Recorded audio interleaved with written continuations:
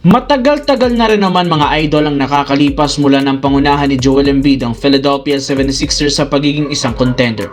Pero sa kabila niya ni isang beses hindi pa siya nakakatungtong sa Eastern Conference Finals. Parati nga silang nabibigo sa kanilang kampanya bawat taon na ikinakadismaya ngayon ng mga fans. Pero hindi lang naman fans ng Sixers ang dismayado sa nangyayari dahil maging si Joel Embiid na uubusan na rin naman ang presensya sa kanilang team na makakapasok pa sila. In fact, ayon sa ibinulgar ng isang insider, hindi nga daw nagugustuhan ni Embiid ang maagang pagkakalaglag parati ng 76ers sa playoffs at ang kawalan ng suporta na kanilang natatanggap mula sa mga fans. Maliban dyan, hindi rin naman ito approve sa ginawang move ng team sa nakalipas na taon kagaya ng pag-trade nila kay Jared McCain. Kaya hindi na nga kayo dapat pang magtaka kung sakaling mag-request si Joel Embiid ng trade sa susunod na mga buwan sa front office ng Philadelphia 76ers. Samantala, ibinalita nga pong noong nakaraan wala ngang balak ang kampo ni Austin Reeves magpakat ng kanyang kontrata sa Los Angeles Lakers. Gusto pa rin naman ni Austin Reeves kumuha at pumirma ng max contract na nagkakahalaga ng $239.25 billion sa susunod na 5 taon.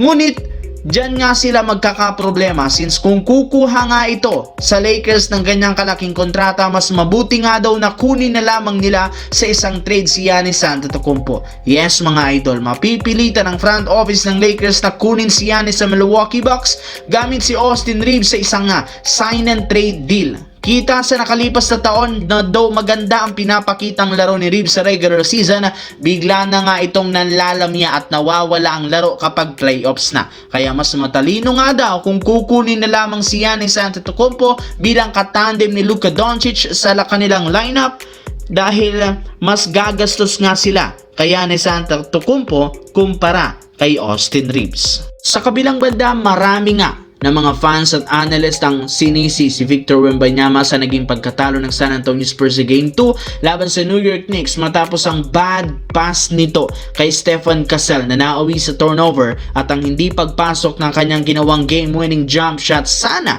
sa huling segundo ng fourth quarter. Pero hindi lang naman si Wembanyama ang dapat sisihin, bagkus isa rin naman sa mga nagkaroon ng pagkakamali ang coaching staff, lalo na si Coach Mitch Johnson na hindi tumawag ng timeout matapos ma-rebound ni Victor Wembanyama ang sanay missed shot ni Jalen Bronson sa last 9 seconds na lamang ng fourth quarter. Kung ginawa lang naman nga nila yan, mapipigilan sana ng kanilang head coach ang nagawang turnover ni Wembanyama. Panalo o di kay overtime na lang naman sana ang kanilang pagpipilian dito since hawak nila ang last shot sa fourth quarter. Kaya kailangan rin naman nga daw sisihin dito ang coach ng San Antonio Spurs dahil hindi nga ito tumawag ng timeout.